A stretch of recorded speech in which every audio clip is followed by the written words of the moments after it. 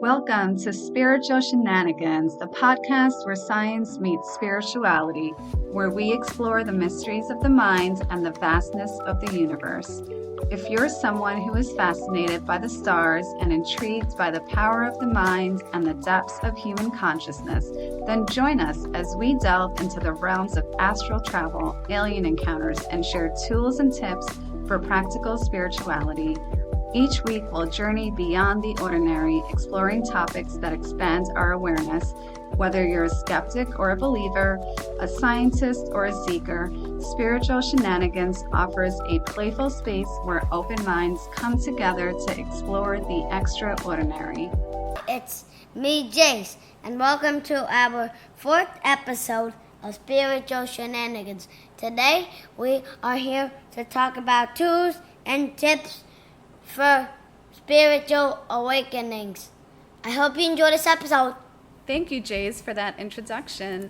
So today we're just going to kind of bring it back to basics and maybe share some of our favorite tools and tips for practical spirituality for people that might just be sort of starting out on their journey of awakening. So we'll be talking about topics like intuition, connecting with your guides. We'll share some tips on how to clear your energy. We'll talk about some grounding techniques. So let's get right into it. So I guess we can start off with talking about intuition. Ryan, can you give us some insight on that? Yeah, so let's start off with the very basics, and that is of the mind. And so what would you guys say is the difference between intuition and just standard analytical thoughts? Like, how do you know when you intuit something or when you kind of think something? That's a great question, Ryan, because that's definitely like one of the first things that I found myself kind of pondering when I began this journey. And I think that what I sort of figured out, the distinguishing factor for me, was when it was my own thoughts, I would find that it was often fear-based thinking, and there was like maybe some like emotion attached to it or some feelings attached to it, whereas where it was intuition, it would sort of come as like a neutral nudge or just like a knowing, I guess is the best way to describe it. But it was, my feelings to it were neutral. Sometimes, it might be something that comes up that I'm like completely like, what? Like, this doesn't even really make sense. Like, it's not something that I would ever think for myself. So that was kind of like a clear indication that it wasn't my own thinking, that it was more intuition versus my own thoughts. But yeah, that's kind of how it always comes through for me. Either it's fear-based and I know that it's probably my own thoughts getting in the way, and if it's intuition, my feelings towards it are pretty neutral. Yeah, I would say I've definitely had similar experiences. And I think for me, the way that I can always confirm that it is my intuition and, it's pointing me in the right direction. What will happen for me is I'll continuously keep getting the same message or signs, it'll kind of be like so loud that it's hard to ignore. So that's how I know that it's my intuition. Like, if something keeps on, coming up again and again, at first, obviously you will have your doubts here and there. But if you keep on, continuing to see signs and getting the same message, then obviously, I realize, okay, like my intuition is obviously steering me in the right direction. The universe is clearly trying to send me a message. And I think I've got, obviously as time goes on, I've definitely gotten better and better at listening to that, sooner rather than later.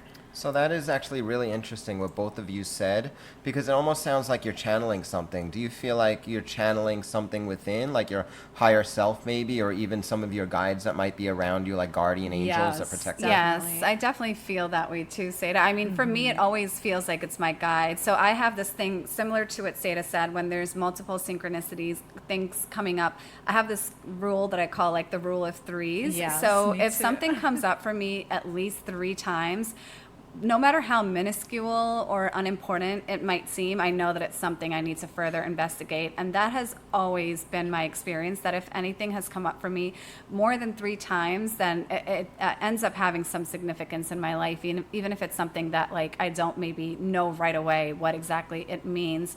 And I do feel, like you said, Ryan, it does feel like channeling. It feels like it's coming from my guides, because my guides, I mean, now that I've come to work with them, for a longer time and trust in the messages that I'm getting, I've kind of become attuned to the way that they communicate with me. And it's usually in the same sort of pattern. For me, there's a lot of angel numbers.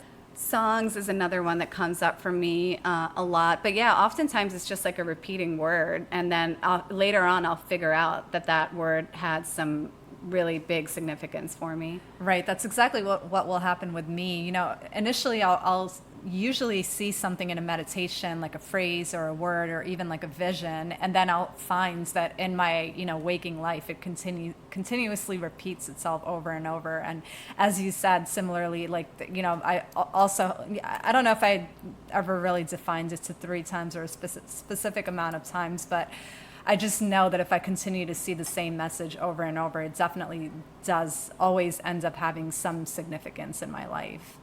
Yeah, I've noticed that too with the repetition. Things kind of inculcate in you so that it's not just a coincidence. Like if like you see or hear something and it just constantly happens, and it might not be normally like something that you would think about. So that's true. So so what both of you said really sounds a lot like when people ask about how do you know you're speaking with a different spirit. And I think that's really interesting that you mentioned that this could be coming from your angels, talk about angel numbers, and that there's like signs through songs and things like that. How did you first start connecting with your spirit guides? For me, it was definitely through angel numbers. That's always been significant for me. I would just see them all the time, everywhere. And it was probably before I even really knew what they were. And then obviously, at some point I was like, okay, what does this mean? Or maybe I heard somewhere about angel numbers.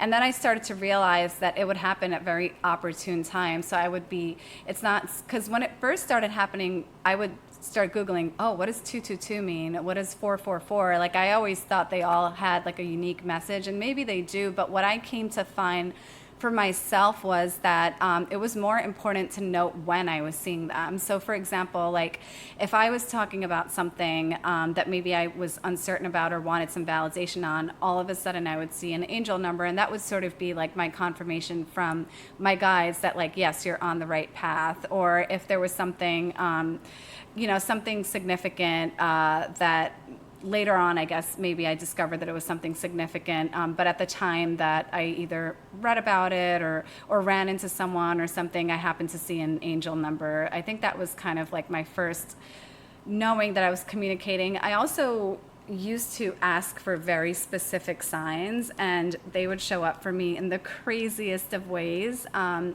I guess I can share a story about the first time that I remember. I had a meditation, and I had a snow leopard come into my meditation. Oh, I remember you mentioning Yes, that. I remember You that. guys probably Yes. know the story. Yeah. So I was like, oh, wow, that's so interesting. And I thought to myself, okay, if this snow leopard like meant something, then I'm going to see another snow leopard today. And I'm thinking to myself, like, okay, this is crazy, right? Because where the hell am I going to see a snow leopard?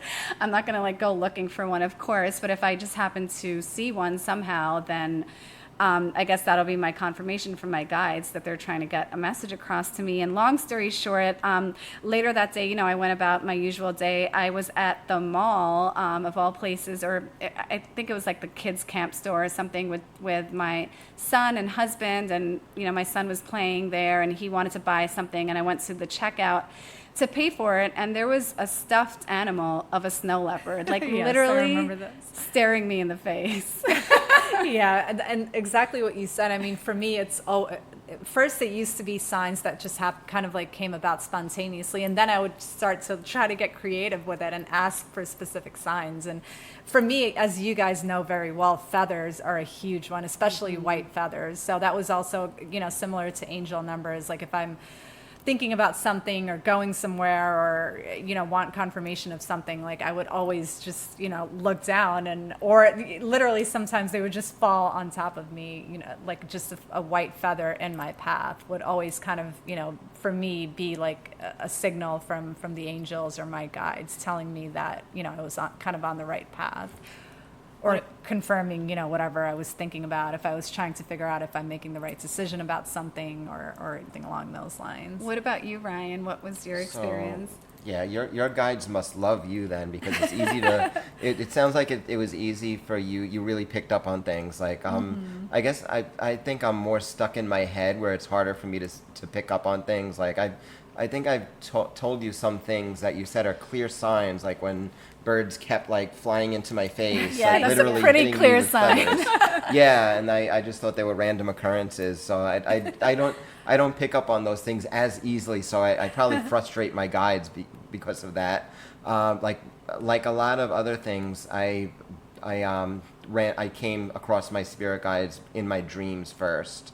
So I came across my primary spirit guide in 2010, Hecate, who's like basically like my version of like the mother of all. Like she is like a mother goddess. So I am now what you would call a Shaktiist.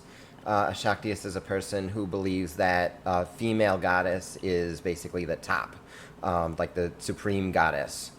But I wasn't always like that. My goddess Hecate, who I see as the supreme goddess, first came to me back in 2010, and at the time I was a pantheistic atheist, basically. I didn't believe in gods. I didn't think that any of that was real.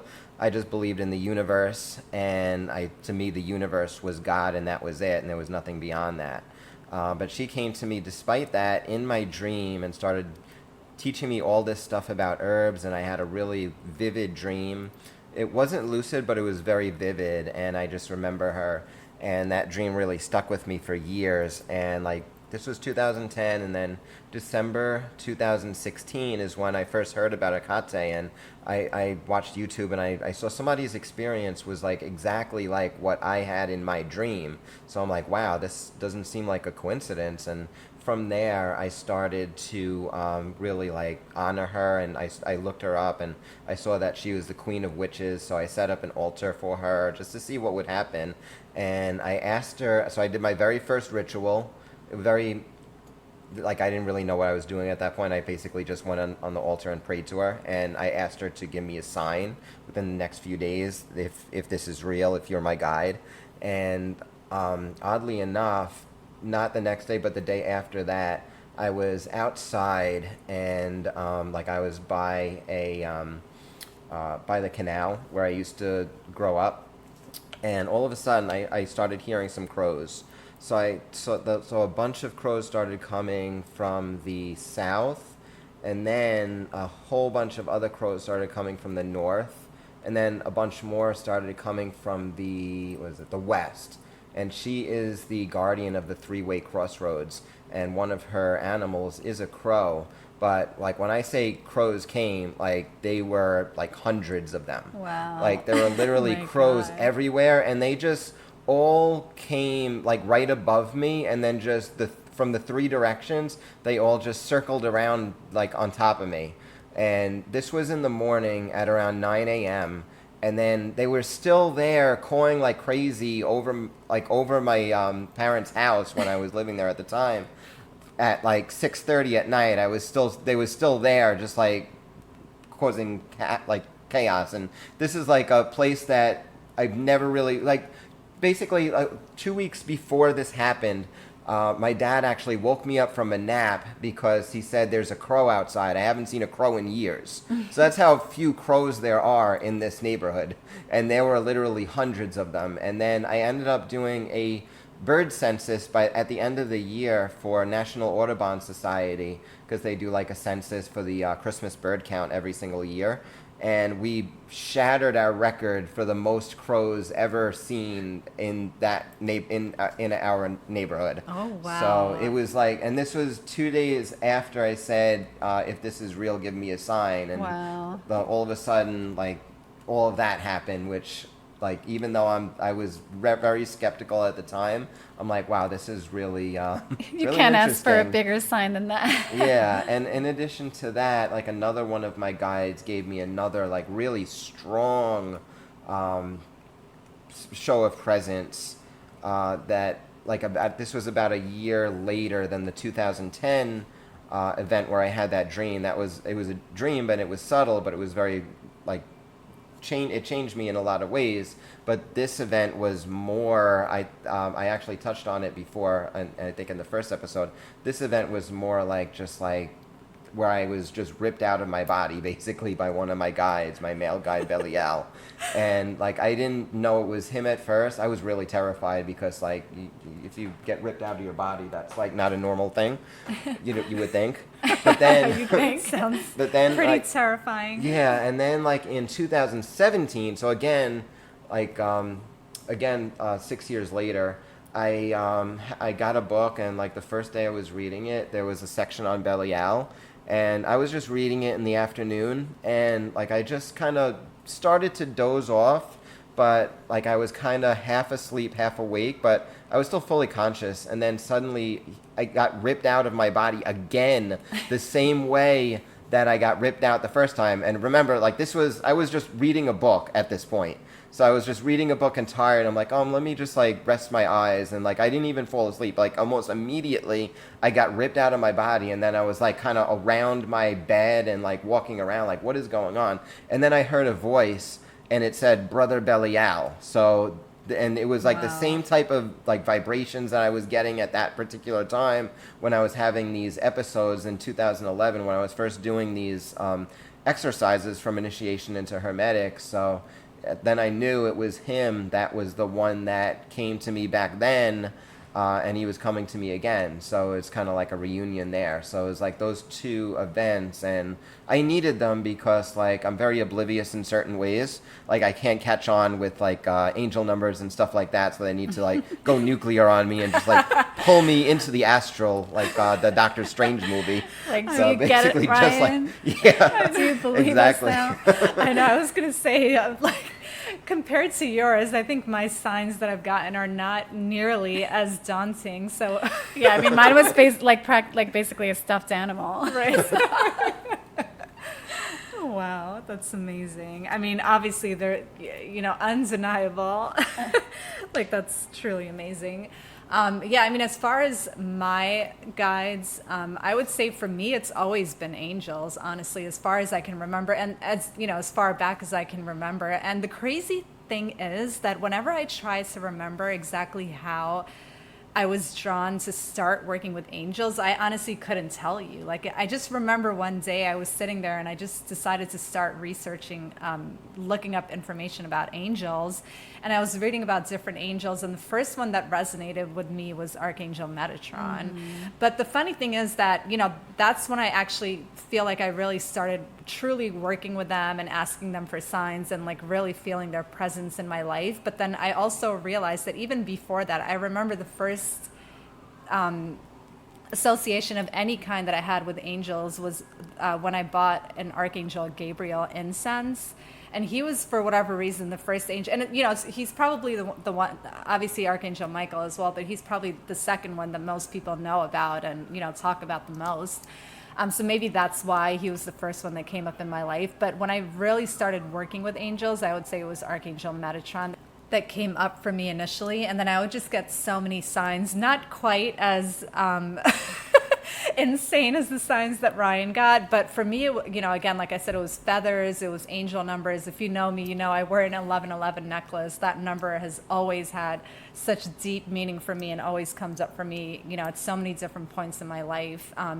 And also his colors, pink and green. I remember I would constantly see colors of what they say his aura looks like. And then, so initially it was Archangel Metatron, and then there was a point where I remember it specifically during COVID, I started, meditating. There was this one specific meditation, I'm sure you guys remember because I talked about it. I did it too. All the time. It was a meditation that was 11 minutes and 11 seconds, and it was Archangel Raphael. And I remember, I swear to God, I think that I did this meditation for at least a year and a half straight, every single night, sometimes 2 times a day during COVID. And it was an Archangel, he is obviously if you know him, he's the angel that's associated with healing and health. So I did this meditation every single night for at least a year and a half, and I still am one of the few people that I know, knock on wood, that have still not ever gotten COVID. So I truly, to this day, believe that it was that meditation that helped me. And then, Archangel Michael is another angel that I work really closely with, and I always see his colors, especially when I'm meditating with him. Like all of a sudden, like I'll just see blue in my vision, and then, I'll get messages and answers to questions that I'm asking. And I would say he's the angel. Actually, it's both. I always ask Archangel Michael for his blue bubble of protection around me whenever if I'm out and I feel like my energy needs to be cleansed, or if I feel like I picked up on someone else's energy. If I feel like there's negative thoughts or patterns that I see myself continuing to repeat, I'll ask him to cut the cords to those thoughts and behaviors. I'll ask him to cut cords to anyone's negative energy, even if I'm watching something, because I've noticed, I don't know if you guys feel the same way, but I feel like I'm becoming more and more of an empath as time goes on, because I can't even absorb or be exposed to energies that I used to be able to easily feel. For example, like watching like crime shows and things like that. Yeah. Like me and Nudrat were obsessed with like true crime and all these things, same. serial Can't watch killers. it anymore. And now if I watch that stuff, like it really, really, I'm like extremely sensitive to it. So I'll ask him, like just please cut cords to whatever I just watched that just made me really sad or really upset. So yeah, I mean, I would say for me, definitely the angels are who always come up in my meditations. I remember, you guys know this, Archangel Metatron came up in my first psychedelic journey. And like, for sure, it gave me confirmation that he is, like my primary angel that's always with me. So that was pretty amazing. Yeah, and he came up in mine too, actually, remember? Yes. He came up in mine too, and he basically gave me the message that he's been with Saidah and I since we were children, because he is the keeper of the indigo children. And that's so interesting, because that was literally the first thing that I remember reading about him and why I immediately resonated with him. Yeah, I mean, the angels for sure. I've always felt a connection to them too. For me, it's been a lot of similar to Ryan, like the goddesses and the divine feminine. I was just one day randomly meditating, and Goddess Isis just showed up in my meditation. And this was before I was, keen to any of like the divine feminine movement that's going on right now. But of course, it kind of sent me on a deep dive into all of that. And then, yeah, shortly after that, like I started seeing roses everywhere. One day I was walking in Central Park, and I randomly saw a long stem rose just sitting like on a rock. And after that experience, Mary Magdalene, Mother Mary, and roses just showed up everywhere. So that led me down that path. And then I do have another guy. This is actually a funny story. One day I was walking again through Central Park. Clearly, I spend a lot of time there, basically live there. For anyone that knows me, I'm there every day. That's like my little safe haven.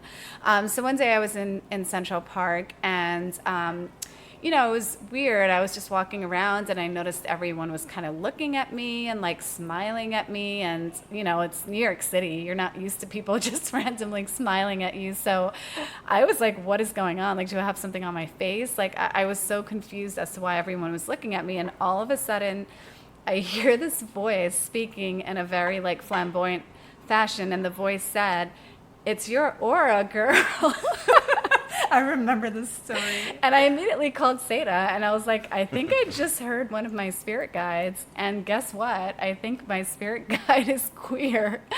And, for anyone that knows me, that would be so incredibly appropriate, because like several of my absolute best friends in the entire world are queer, and I just have like such a love for that population. So I was so excited about that. And then, I've tried to connect with that guide on several occasions, and I'll get little confirmations here and there. But one pretty big confirmation that I received in a subsequent, I guess it was kind of like a reading that I did with someone to try to connect with my guides. And she actually told me that I have a Pleiadian guide named Peter, who presented to her in a dress. It was she was initially unsure if it was male or female, because he looked like a male, but he was wearing a dress. So yeah, I would have to assume that it's probably the same guide. And when he presented to me, I actually thought his name was Oliver, but I guess Peter and Oliver sound fairly close enough. So I'm assuming it was the same guide. But yeah, that one comes up for me a lot.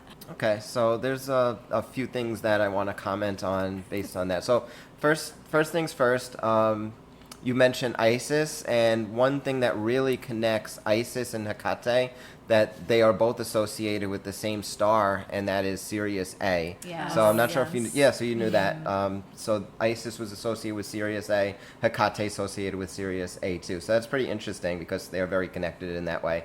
Also about your guide, one thing about gay people in general are considered gatekeepers in a lot of the shamanic traditions, especially Wow. the tribal shamanic traditions of Africa. They are considered gatekeepers to different portals and ley lines of the earth. And the reason for that is that because of they understand the hermetic laws of polarity and gender. So this is something that's been going on since maybe 30,000 years ago, possibly even longer than that in Atlantis. Like people have been understood the hermetic laws, and one of them is the law of gender. And it's very important to balance your positive and negative polarities within yourself. The positive one is the more active one, and the negative polarity is the more passive one, or like fire and water, for example. And these are also represented as the male and female genders. So Wow. one thing that is, and you'll actually read it in the book that we keep plugging, Initiation into Hermetics, is that you really need to get in touch with both your masculine and feminine side within Right. yourself, and essentially become the divine hermaphrodite. So people that are queer have this naturally because they're born that way. They have both masculine and feminine qualities in like very evenly proportioned ways.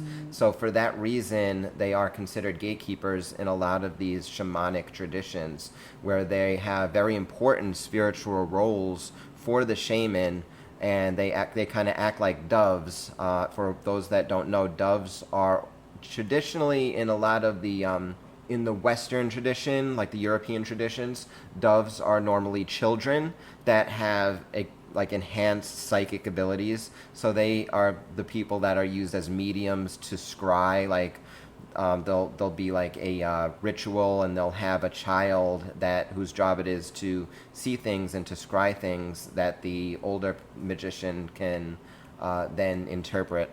So in the past, in some of these shamanic traditions, that was generally the people that had the queer nature, that were able to scry things and open up portals and work with the energies of the earth, and to move energies around, not just within themselves, but for the entire clan and for the earth itself. They were able to do a lot of work with the elements and healing for both humans and for the planet, Wow. for the town itself. That's so interesting, and that this is making me think we really do need to do like an episode maybe just on like the divine feminine and divine masculine, because that's definitely a journey that I went on this past year of trying to balance the two within myself. Right, exactly. And what you said, Ryan, makes so much sense. And I never heard about that before, about, the gay people being the gatekeepers. And it just makes so much sense because, as you said, I think that's something that so many of us struggle with, being able to balance our masculine and feminine energies. And obviously they,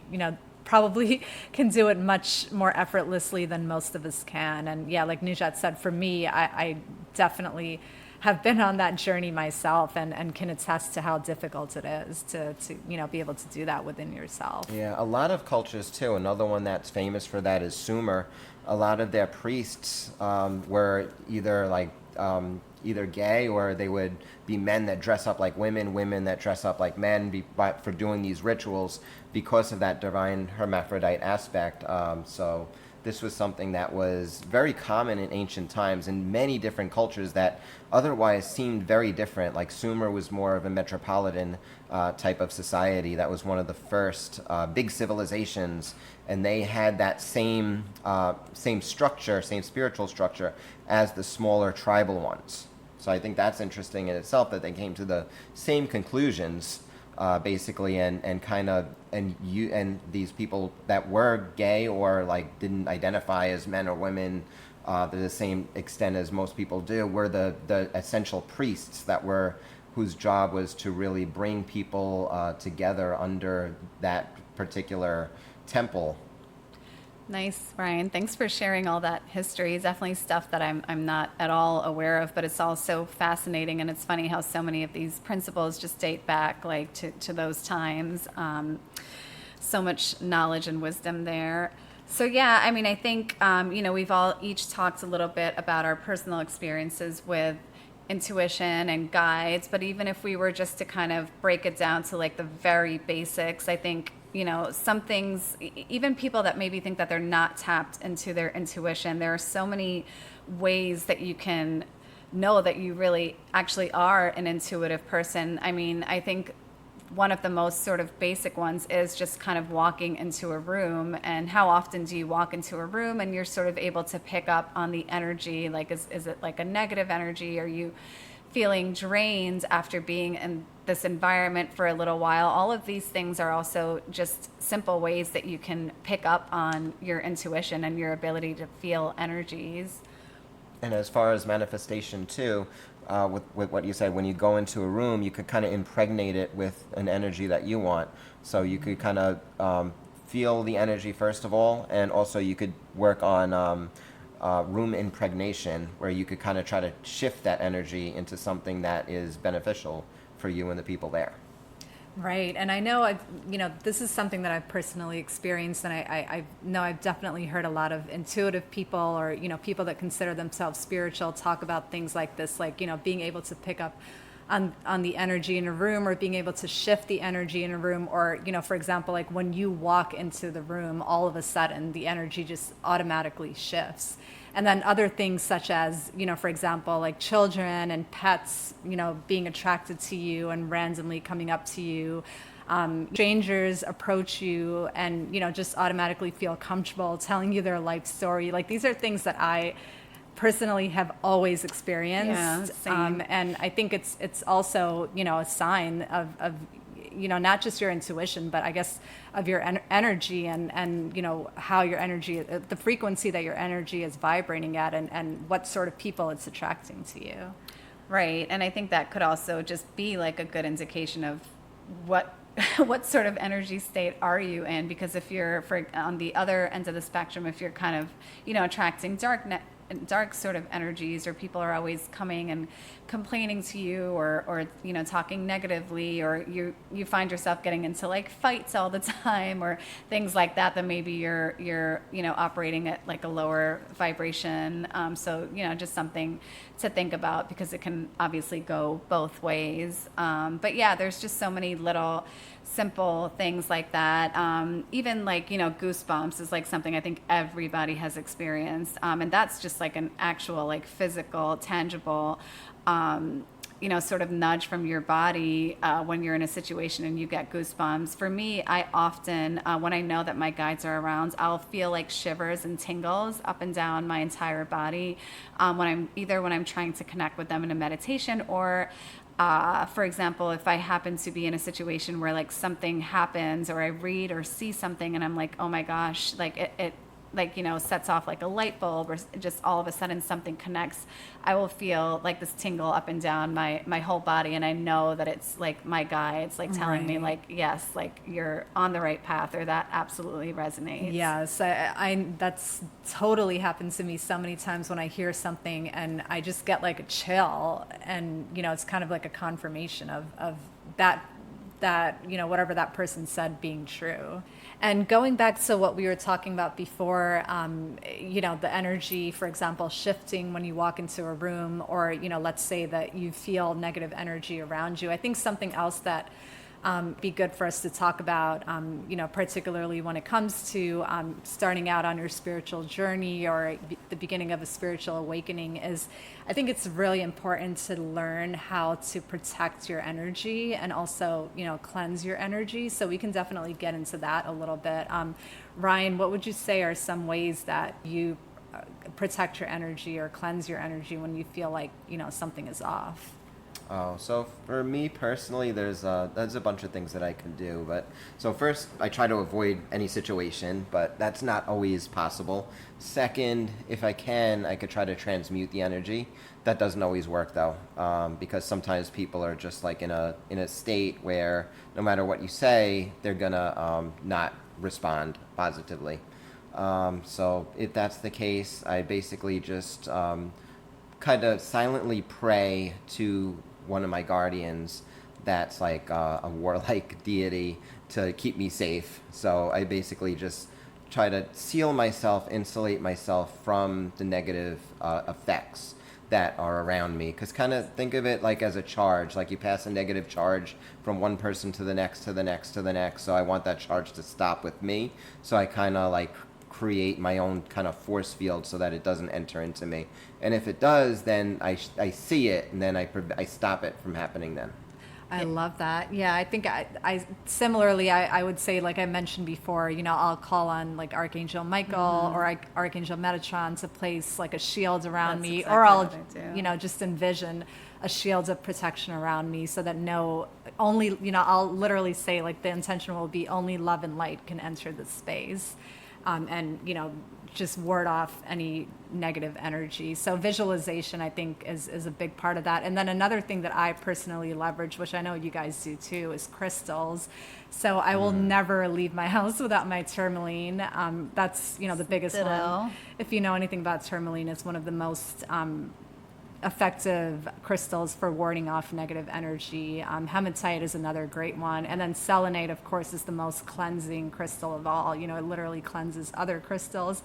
So if I really, really feel like my energy is off, then I'll give myself a selenite cleansing and, just kind of like use the selenite to build a shield around me and keep out negative energy. Yeah, crystals are really great. Similar to Saidah, I wear a tourmaline bracelet all the time. I also have a copper bracelet too.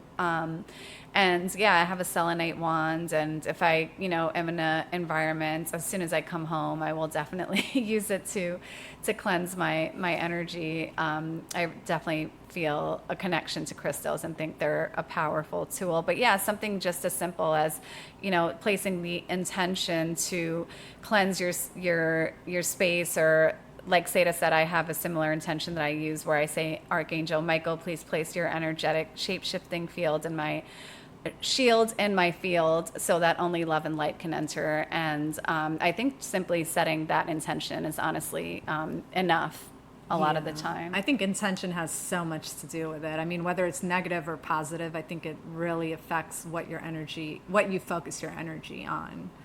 Yeah, and one thing I could also add is having a mantra too. A mantra being like yes. a word I or love that. phrase. Affirmations. Yeah, right. so one thing that is taught in some Hindu circles is if you are in a very negative situation and you want it gone, like destroyed right away, you could kind of feel something building up from like the pit of your stomach and kind of spiraling counterclockwise up through your esophagus, and then exhale and say very, very, well, not even out loud, but you can just kind of move your mouth, but pronounce the word hum, H-U-M, hum.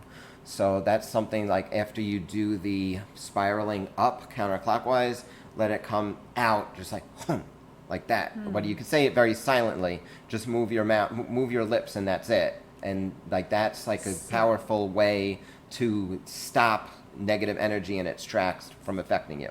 Because that's something that a lot of the yogis do, and the gurus of India. They use that as one of the mantras to kind of destroy negative energy that from entering their space. Wow, so that's similar to my cancel clear. Exactly. Yeah. So now you could. Now, so instead when of saying somebody the whole bothers thing. you, yeah, when somebody bothers you and you want to like change it up a bit, instead of cancel clear, just be like, "Hum." But My husband's gonna love that one. yeah, but you're not. But you're still responsible for what happens afterwards, though. Exactly. No, I love that. Yeah, mantras and affirmations. I think, again, obviously everything is about intention. So it's all about the intention that you put behind it. And obviously with mantras, we know, like, they carry specific meanings. So, Yeah, the vibrations carry right, specific words, energy. right, exactly, the sounds. And, actually, that was going to segue me into something else that I was going to mention that you can use as Sound the bowls. elements, right? So sounds healing, sound bowls, tuning forks, and then also smoke, of course, sage, Palo Santo.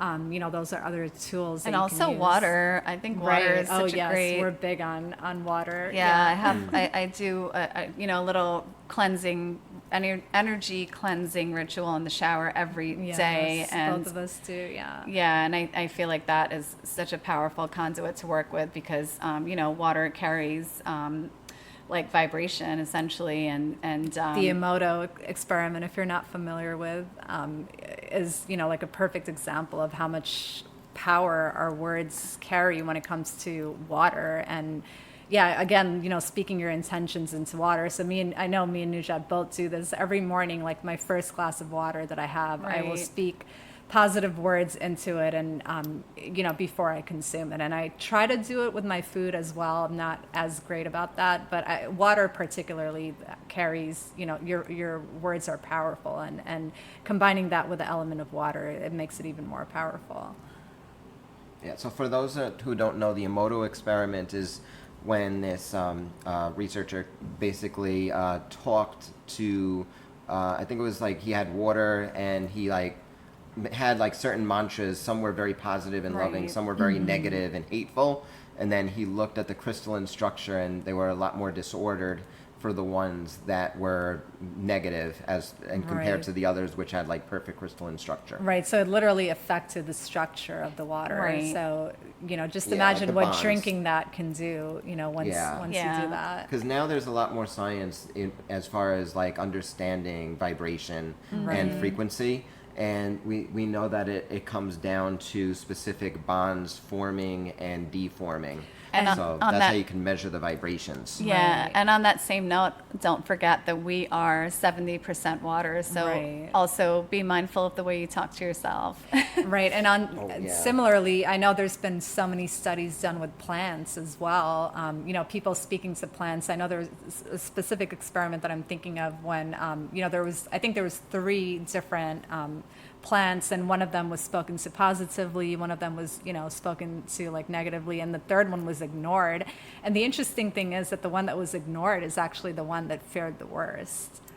So yeah, I mean, words are definitely very powerful. So you should be, extremely mindful of things that you say, even if you say something as a joke. You're To yourself, especially. right, yeah. especially to yourself. And the funny thing is that I remember our mom used to always tell us this, and we thought it was, so superstitious. Like my mom would always say, don't joke, don't even joke about that. Oh, Yeah. don't say that out loud. Because your subconscious takes everything exactly, literally. right. Yeah, Back then, doesn't know the difference. yeah, your subconscious literally doesn't know the difference. So the same way that you can teach your subconscious to believe, make your subconscious believe positive things.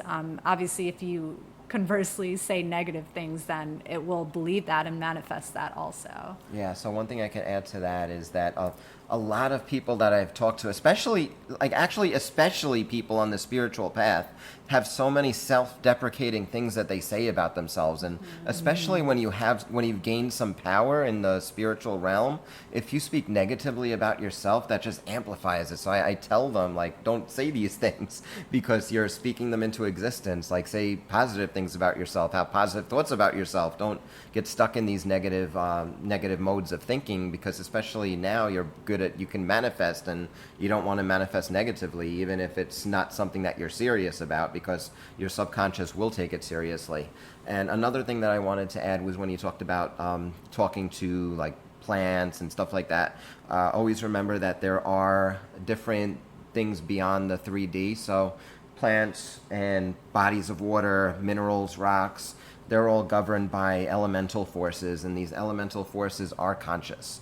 So even if like you have plants that kind of just grow and they don't move, they just they're not what we would call sentient, they still have these sentient beings that are invisible to our eye that watch over them. So it's good to have their blessing. You don't want to, so you want to be in a state where you respect all life, not even just life, but you respect all of existence. You respect the plants, you respect the trees, you respect the rocks, everything that is natural, the crystals, everything that is natural is basically sentient in that it is governed by these spirits that are invisible to the naked eye, but that you can see if you are in the etheric realm.